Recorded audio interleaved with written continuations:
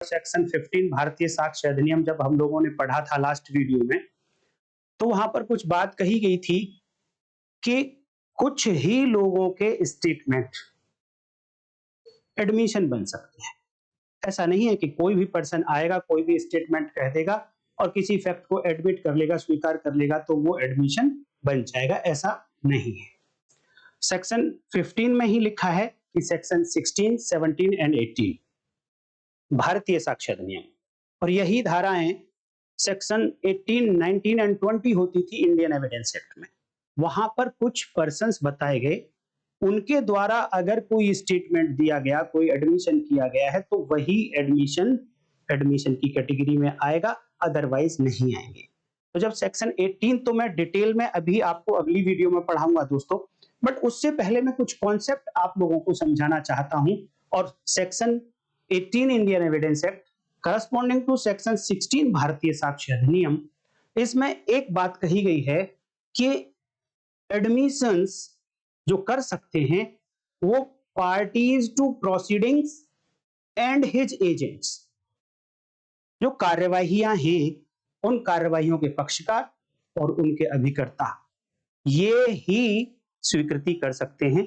और भी हैं पार्टीज, बट आज की वीडियो में केवल मैं आप लोगों को इस फ्रेज को एक्सप्लेन करना चाहूंगा कि हु कैन मेक एडमिशन, और उसमें से भी हु कैन मेक एडमिशन में बहुत सारे लोग एडमिशन कर सकते हैं, बट इंपॉर्टेंट है ये समझना कि प्रोसीडिंग्स की जो पार्टीज होती हैं वो जब एडमिशन करेंगी तो किस तरीके से एडमिशन की कैटेगरी में आएगा, कब कब एडमिशन की कैटेगरी में आएगा और कब एडमिशन की कैटेगरी में नहीं आएगा, और कहां पर अपना भारतीय साक्ष्य अधिनियम क्लियर नहीं बताता है और कहां पर क्लियर कह देता है। इन पॉइंट्स पर आज मैं बात करूंगा। अगर आप लोगों को मेरी आवाज क्लियर आ रही है दोस्तों, तो प्लीज आप कमेंट करके बता दीजिए कि हाँ आवाज ठीक आ रही है और मैं कंटिन्यू कर सकूं। और लाइक तो हमेशा साथ में आप करते ही रहिए, और सुपर थैंक्स जो कुछ आप दे सकते हैं देते रहिए। तो सबसे पहली बात हम बात करेंगे कि कौन कौन है जो स्वीकृति कर सकते हैं।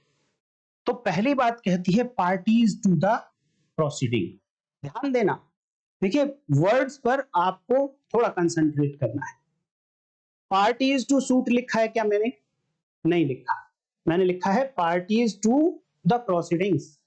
कार्यवाहियों के जो पक्षकार होंगे उनकी स्वीकृति, वो एडमिशन कर सकते हैं, वो स्वीकृति कर सकते हैं। दूसरी बात, एजेंट ऑफ पार्टी, जो पक्षकारों के अभिकर्ता होंगे वो भी स्वीकृति कर सकते हैं। तीसरी बात, थर्ड पार्टी भी एडमिशन कर सकती है। कब कब कर सकती है वो सारी बातें मैं डिटेल में आप लोगों को सब कुछ समझाऊंगा, लेकिन आज की वीडियो में मैं बात करूंगा केवल और केवल पहले पॉइंट की, पार्टीज टू प्रोसीडिंग और एजेंट, इनके द्वारा की गई स्वीकृति किस तरीके से आप लोग इस फ्रेज को समझेंगे। और इसमें से भी मैं आज एजेंट वाले पॉइंट पर बात नहीं करूंगा, आज मैं बात करूंगा पार्टी टू द प्रोसीडिंग। हमेशा पार्टी टू द प्रोसीडिंग्स आपने बोलना है, पार्टी टू सूट नहीं बोलना है। देखिए अगर आप प्रोसीडिंग बोलते हैं तो उसमें सिविल मैटर भी आ जाते हैं और उसमें क्रिमिनल मैटर भी आ जाते हैं, लेकिन जैसे ही आप सूट बोलेंगे तो आप मान लीजिए कि केवल यहां पर सिविल मैटर रह जाएंगे। तो पार्टीज आपने लिखा तो दायरा बढ़ा दिया है, सूट लिखा आपने तो दायरा घटा दिया है। तो देखिए मैं इसमें सबसे पहले आपको इस प्रोसीडिंग को एक्सप्लेन करना चाहूंगा, कार्यवाही को एक्सप्लेन करना चाहूंगा कि ये किस तरीके से हो सकती है। तो प्रोसीडिंग्स दो टाइप की हो सकती है। नंबर एक civil proceedings, number two criminal proceedings. और सिविल प्रोसीडिंग्स में जब बात आती है तो पार्टी बात कर रहे हैं, party to proceedings, it means civil proceedings की पार्टी या फिर क्रिमिनल प्रोसीडिंग्स की पार्टी। पक्ष किसके? सिविल के या क्रिमिनल की। तो जब सिविल प्रोसीडिंग्स के पक्षकार की बात करते हैं तो वहां पर कौन कौन पक्षकार होते हैं, क्योंकि अभी मैं बात कर रहा हूं केवल पक्षकारों द्वारा की गई स्वीकृति। एडमिशन बाय पार्टीज, तो वहां पर प्लेंटिफ होते हैं या डिफेंडेंट होते हैं, वहां पर प्लेंटिफ एंड डिफेंडेंट दोनों होते हैं, या मैंने गलत बोल दिया। तो प्लेंटिफ का मतलब वादी और प्रतिवादी, दो पार्टीज आपको वहां देखने को मिलेंगी जब सिविल सूट की बात होगी। तो अर्थात जब सिविल मैटर की बात होगी, सिविल सूट की बात होगी, तो प्लेंटिफ द्वारा की गई एडमिशन या डिफेंडेंट द्वारा किया गया एडमिशन, इसको प्रूव किया जा सकता है, इसको साबित किया जा सकता है। अभी दोस्तों मैं रेलेवेंट की बात नहीं कर रहा हूं, लेकिन हाँ ये कह दिया जाना कि हाँ साबित किया जा सकता है, तो अर्थात कहीं ना कहीं हम ये कह रहे हैं कि ये रेलेवेंट है, सुसंगत है। जब मैं क्रिमिनल प्रोसीडिंग्स की बात करूंगा तो यहां पर पार्टी कौन कौन होंगी? जनरली आपने देखा होगा एक प्रोसिक्यूशन होती है क्रिमिनल केस में पार्टी, और दूसरा एक्यूज्ड होती है। प्रोसिक्यूशन को हिंदी में अभियोजन बोलेंगे और एक्यूज को अभियुक्त बोलेंगे। तो अगर प्रोसिक्यूशन ने कुछ एडमिशन किया या एक्यूज ने कुछ एडमिशन किया, तो वो पार्टी टू द प्रोसीडिंग में आ जाएगा। और इट मींस प्रोसिक्यूशन ने एडमिशन किया वो भी एडमिशन कहलाएगा, जो एक्यूज ने एडमिशन किया वो भी एडमिशन कहलाएगा। सेक्शन 15 भारतीय साक्ष्य अधिनियम का एडमिशन। और ये बात कहां बताई जा रही है? सेक्शन 16 भारतीय साक्ष्य अधिनियम में। हालांकि अभी मैं पूरी की पूरी 16 भारतीय साक्ष्य अधिनियम नहीं पढ़ा रहा हूं, आज केवल और केवल इस फ्रेज पर बात कर रहा हूं। ये फ्रेज आपको बहुत जगह देखने को मिलेगी, तो इसके बारे में हम डिटेल से समझ लेते हैं। क्योंकि दोस्तों देखिए, हमारे चैनल का नाम है लीगल लैंप और उसकी टैगलाइन है illuminates the invisibles. Illuminates the invisibles का मतलब है कि दोस्तों कुछ बातें कानून में आपके सामने लिखी होती हैं, लेकिन वो फिर भी दिखाई नहीं देती हैं। तो इस लीगल लैंप की ड्यूटी है, इस संजीव सिकरवार की ड्यूटी है कि आपको उनको विजिबल कर दे, आपके सामने उनको लाकर रख दे और फिर आपको आसानी से समझ आ जाए। तो इस फ्रेज में बहुत कुछ छिपा हुआ है, आज उसी पर मैं बात करने जा रहा हूं दोस्तों। देखिए, क्रिमिनल केस में दो टाइप के क्रिमिनल केस हो सकते हैं। एक कॉग्निजेबल ऑफेंस पर जब क्रिमिनल केस शुरू होता है, जनरली उसमें पुलिस इन्वेस्टिगेशन करती है और इन्वेस्टिगेशन करने के बाद चार्जशीट फाइल करती है किसी एक्यूज के अगेंस्ट। तो चार्जशीट फाइल करने के बाद प्रोसिक्यूशन पिक्चर में आ जाता है, अभियोजन पिक्चर में आ जाता है और एक्यूज दूसरी पार्टी होती है। लेकिन जब नॉन कॉग्निजेबल असंज्ञेय अपराध अगर होगा, क्रिमिनल प्रोसीडिंग्स ही होंगी वो असंज्ञेय अपराध की भी, वहां पर अगर नॉन कॉग्निजेबल ऑफेंस जैसे अडल्ट्री हो गया, जार कर्म या डिफामेशन हो गया, मानहानि, इसी तरीके से बहुत सारे नॉन कॉग्निजेबल ऑफेंसेस अगर हैं, तो वहां पर पार्टी कौन कौन हो सकती है? क्योंकि हमें आज पार्टी टू द प्रोसीडिंग्स देखनी है। तो वहां पर कंप्लेनेंट होता है दोस्तों। जब एक कोई कंप्लेंट की जाती है, परिवाद किया जाता है मजिस्ट्रेट साहब के सामने, तो वहां एक परिवादी होता है और दूसरा एक्यूज होता है। तो एक्यूज तो पार्टी मैंने पहले ही बता दिया, लेकिन यहां पर प्रोसिक्यूशन की जगह यहां पर कंप्लेनेंट आ जाता है, परिवादी आ जाता है। तो परिवादी भी क्या कर सकता है? पार्टी टू प्रोसीडिंग है, अर्थात ये भी एडमिशन कर सकता है। तो कितने लोग एडमिशन अभी तक कर सकते हैं? प्लेंटिफ कर सकता है, डिफेंडेंट कर सकता है, प्रोसिक्यूशन कर सकता है, एक्यूज कर सकता है, कंप्लेनेंट कर सकता है। और देखिए, कॉग्निजेबल ऑफेंस होने के बावजूद भी, प्रोसिक्यूशन का केस होने के बावजूद भी, जो इंफॉर्मेंट होता है, जिसका इंटरेस्ट होता है उस केस में, लाइक रेप केस है, तो वहां प्रोसिक्यूट्रिक्स जो पीड़िता है, रेप पीड़िता, वो भी एडमिशन कर सकती है। तो इस तरीके से आपको अभी तक ये समझ में आया होगा कि एडमिशन कौन कौन कर सकते हैं।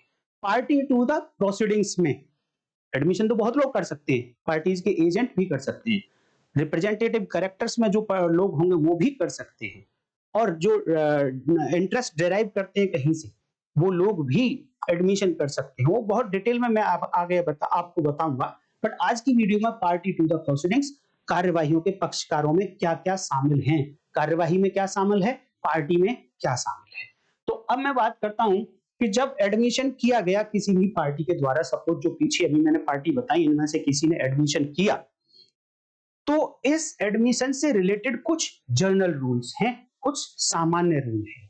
सामान्य रूल जब मैं बोलूंगा तो अर्थात इसका मतलब है कि इसके कुछ एक्सेप्शंस भी हो सकते हैं, इसके कुछ अपवाद भी हो सकते हैं। तो देखिए, जनरल रूल क्या कहता है कि एडमिशन, नंबर एक बात, एडमिशन मस्ट बी अनएम्बिगुअस। स्वीकृति स्पष्ट होनी चाहिए। स्पष्ट का क्या मतलब है? अनएम्बिगुअस का मतलब क्या है? कि कहीं भी उससे दो मीनिंग ना निकलते हों। द्विअर्थ ना निकलते हो, संदिग्ध नहीं होना चाहिए उसका अर्थ। जैसे आगे मैं आपको एक स्टोरी सुनाने वाला हूं, स्टोरीज की भी सीरीज मेरी चल रही है। तो उस स्टोरी में एक व्यक्ति होता है, उसके सामने एक लेडी खड़ी होती है। ये व्यक्ति जज साहब से कहता है कि साहब इस लेडी को मुझसे बच्चा चाहिए था। अब एक सेंटेंस है कि इस लेडी को मुझसे बच्चा चाहिए था, इसके कितने मीनिंग निकाल सकते हो आप? क्या केवल और केवल एक ही मीनिंग निकलता है क्या? मुझसे बच्चा चाहिए था का क्या मतलब? मेरे पास 7-8 बच्चे हैं, उनमें से कुछ में एक बच्चा इसको गोद ले ले, इसको मैं दे दूं कि भाई तू ले ले, इसको पाल ले। या फिर मेरे साथ रिलेशन बनाकर वो बच्चा चाहती है, या मैं कहीं से उसको बच्चा ला के दूं, चुरा के दूं, क्या वो बात है यहाँ पर? इट मीन्स ये जो स्टेटमेंट बोला था ये अनएम्बिगुअस नहीं है, ये इस स्टेटमेंट में एम्बिग्यूटी है, स्पष्ट नहीं है, ये अस्पष्ट स्टेटमेंट है। लेकिन स्वीकृति ऐसी नहीं होनी चाहिए। स्वीकृति कैसी होनी चाहिए? बिल्कुल क्लियर होनी चाहिए, उसका एक ही शब्द निकलता हो और वो ये कहे लड़की या ये लड़का ये कहे कि जी इस स्त्री का ये कहना था कि मेरे साथ संबंध बनाकर मेरे से एक बच्चा पैदा करना चाहती है। तो अब ये सेंटेंस बिल्कुल क्लियर है, अनएम्बिगुअस है। तो सबसे पहली बात, जनरल रूल ये कहता है कि स्वीकृति स्पष्ट होनी चाहिए, एडमिशन मस्ट बी अनएम्बिगुअस। दूसरा general rule, admission may be proved as against the person making them. Admissions may be proved as against the party making them, not against others. Simple सा मतलब कि जिस व्यक्ति ने, जिस पार्टी ने, plaintiff ने, डिपेंडेंट ने, प्रोसिक्यूशन ने या फिर एक्यूज ने, रेप विक्टिम प्रोसिक्यूट्रिक्स ने या कंप्लेनेंट ने अगर एडमिशन किया है तो उसको किसके अगेंस्ट प्रूव किया जा सकता है? केवल और केवल उसी पार्टी के अगेंस्ट प्रूव किया जा सकता है। ये जनरल रूल है, अर्थात इसके कुछ एक्सेप्शंस भी हो सकते हैं। अब इसके अगेंस्ट प्रूव किए जाने का मतलब कि किसी दूसरे व्यक्ति के अगेंस्ट ये प्रूव नहीं हो सकता है। दूसरे व्यक्ति का मतलब क्या दूसरा व्यक्ति यहां पर केवल और केवल डिफेंडेंट है? नो, दूसरा व्यक्ति कोई भी हो सकता है। जब ओपन छोड़ दिया तो फिर ओपन छोड़ दिया। लॉ को लिखने के कुछ तरीके होते हैं दोस्तों। किसी सेक्शन में लॉ एक पर्टिकुलर चीज देना चाहता है या फिर उसी दूसरे प्रोविजन में लेजिस्लेचर कुछ पर्टिकुलर चीज नहीं देना चाहता है, तो आप पहचानने की कोशिश करो कि ये प्रोविजन किस तरीके का है। क्या यहां पर लेजिस्लेचर ने किसी फैक्ट को, किसी तथ्य को, किसी थिंग को देने की कोशिश की है? अगर देने की कोशिश की है तो अर्थात बाकी जो बातें बच गई वो ओपन है, वो छोड़ दी गई। केवल और केवल ये प्रोविजन उन्हीं पर बात करेगा जो थिंग्स यहां पर देना चाहता है, जिनको अलाउ करना चाहता है। या फिर प्रोविजन किसी बात को प्रोहिबिट करना चाहता है, प्रोहिबिटरी है लॉ, तो आप प्रोविजन को बहुत ध्यान से पढ़िए और केवल वही बातें प्रोहिबिट होंगी जिनको स्पेशली एक्सप्रेसली यहां पर लिख दिया गया है। अदरवाइज जो होंगे वो सब के सब ओपन होंगे, वो सब लागू होंगे। प्रोहिबिट क्या होगा? जो लिख दिया। तो यहां पर कहा है कि as against the party making them, केवल और केवल उस पार्टी के अगेंस्ट प्रूव किया जा सकता है एडमिशन को जिसने ऐसा एडमिशन किया है। अर्थात किसी और के अगेंस्ट, चाहे वो दूसरी पार्टी है, चाहे दूसरा विटनेस है, चाहे कोई और व्यक्ति है, उसके अगेंस्ट ये एडमिशन प्रूव नहीं किया जा सकता। प्रूव नहीं किया जा सकता का मतलब एविडेंस नहीं दी जा सकती। अगर मान लो इसका जनरल रूल ये भी है कि जिस व्यक्ति ने एडमिशन किया वो अपने फेवर में इस एडमिशन को प्रूव करना चाहता है, एविडेंस लाना चाहता है अपने फेवर में। एडमिशन किया है कि मैंने ऐसी ऐसी बात एडमिट की थी, मेरे फेवर में है ये। जैसे कि कहा कि ए ने बी को 50,000 रुपए उधार दिए थे। ए एडमिशन कर रहा है कि हाँ मैंने बी को 50,000 रुपए उधार दिए थे, तो ये एडमिशन ए के फेवर में और इसे वो प्रूव करना चाहता है। नहीं, ये एडमिशन उसका प्रूव नहीं माना जाएगा, नहीं किया जा सकता, जनरल रूल है ये। हाँ, यही उसके अगेंस्ट पढ़ा जाता हो कहीं कि मान लो केस ये है कि ए ने बी को 50,000 रुपए दिए, लेकिन ये कुछ प्रोहिबिटेड आइटम खरीदने के लिए दिए थे।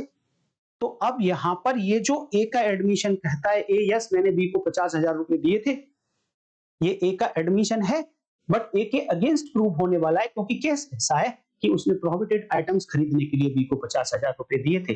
तो अर्थात अगेंस्ट अदर्स का मतलब किसी और के अगेंस्ट प्रूव नहीं हो सकता। यहां पर केवल ये कहा गया कि उस व्यक्ति के अगेंस्ट जिसने एडमिशन किया है उसी के अगेंस्ट प्रूव हो सकता है। इसके लिए आप बहुत पुराना केस लॉ है, देख लीजिए, सेंटन वर्सेस पर्शिवल, 5 हाउस ऑफ लॉर्ड्स 273।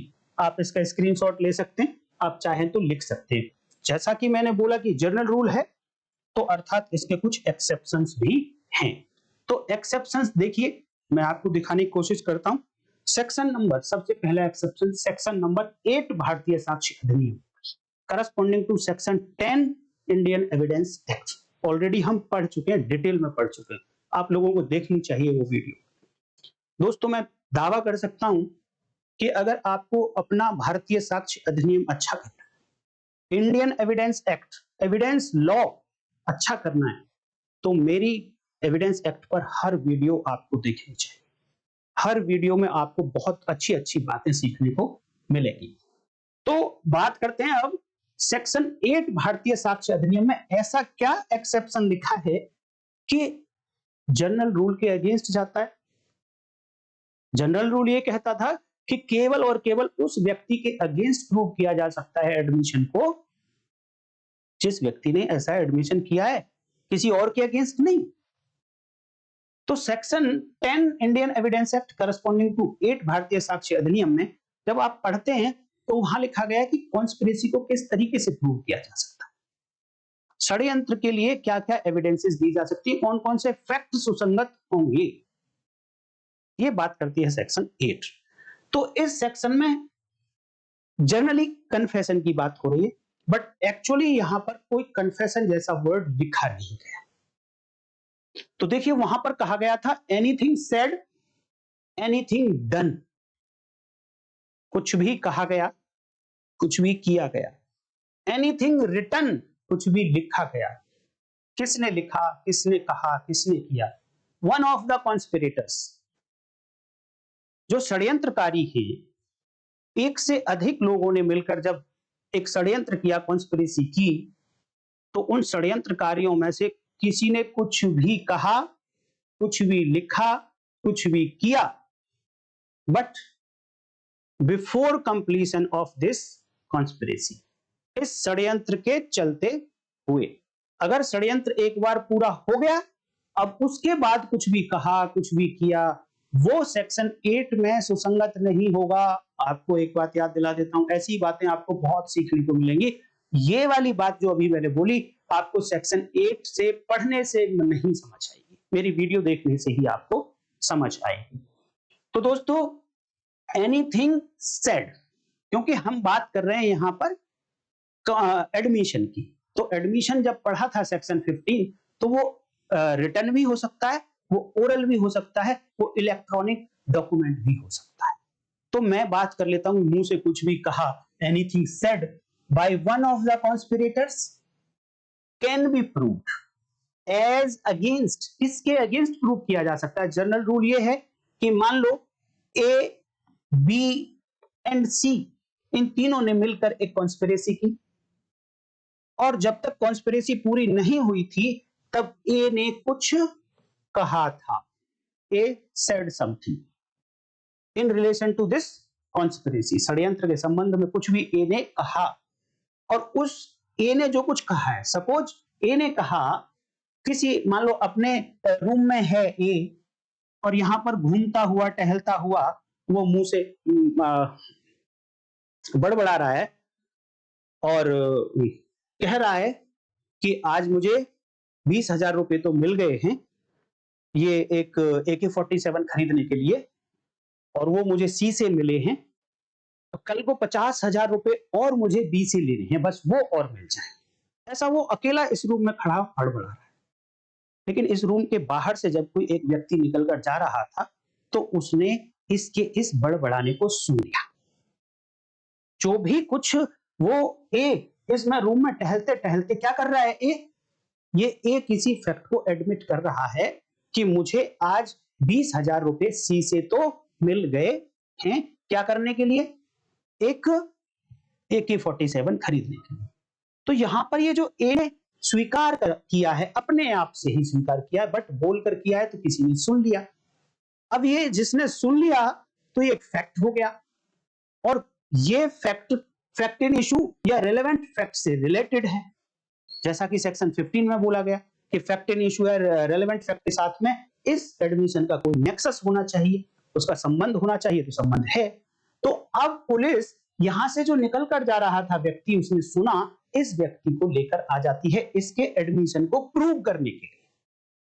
तो ये एडमिशन प्रूव हो गया, बट जनरल रूल तो ये कहता है कि ये एडमिशन केवल और केवल ए के अगेंस्ट पढ़ा जा सकता है, ए के अगेंस्ट प्रूव किया जा सकता है।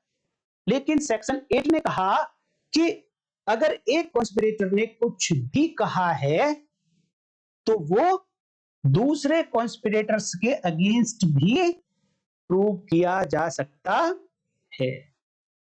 देखिए यहां पर जो लिखा है सेड, इस सेड में बहुत कुछ हो सकता है। जो एक कॉन्स्पिरेटर ने कहा इसमें बहुत कुछ हो सकता है, बट उसमें से मैंने उतना पोर्शन ले लिया जितना एडमिशन में आता हो, किसी फैक्ट को एडमिट कर रहा है। एडमिशन से अलग भी बहुत सारी बातें हो सकती है जो इसने कही, जो एडमिशन की कैटेगरी में नहीं होंगी, स्टिल वो सेक्शन 8 में रेलेवेंट होंगी। बट तो आज की वीडियो में इतना ही रखेंगे। नेक्स्ट वीडियो में इसी से कनेक्टेड वीडियो लेकर मैं फिर आपके सामने हाजिर होऊंगा।